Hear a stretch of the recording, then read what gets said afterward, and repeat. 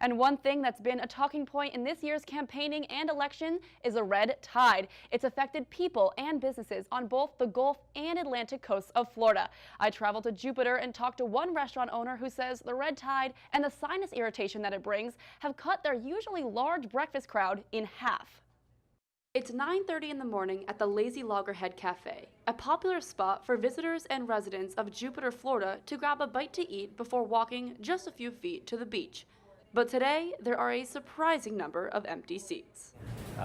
All the employees noticed it, every customer noticed it. As soon as you got out of your car, before you could come into the restaurant, you felt it right away. The discomfort restaurateur Brian Wilson and his customers are feeling is from toxins released by a harmful algae bloom called the red tide. Runoff from agricultural land around Lake Okeechobee travels down the Caloosahatchee River and mixes with naturally occurring algae.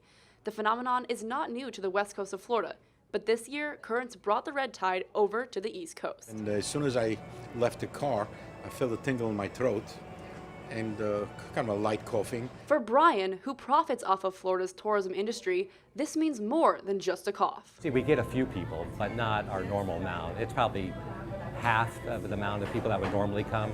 I came down to the beach to find out for myself, and I can assure you there's a tickle in my throat. My nose feels very dry. It's a beautiful day, clear skies, but there's nobody here at the beach. Professor Larry Brand from UM's Rosenstiel School of Marine and Atmospheric Science says the light coughing and irritation can lead to more severe problems. Indeed, if you look at the hospital records over on the West Coast, during times of red tide, there's like a 50% increase of people going to the hospital for respiratory distress. The beach is open to the public, and lifeguards on duty are wearing face masks.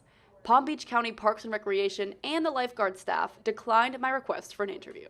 Red tide blooms have increased 15 times in the last 50 years due to humans creating more runoff. This is bad news for marine life that are killed by the toxins, and bad news for the seafood industry as well.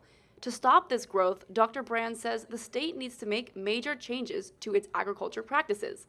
But there are a few ways you can help from home.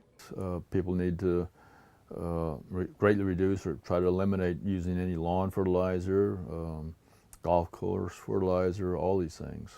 In the meantime, Brian installed a new air filter in hopes to bring back business. Just a reminder that Election Day is about 10 days away. Join us on November 6th for our election special coverage, live right here on UMTV. I'm Portia Badish. Guys?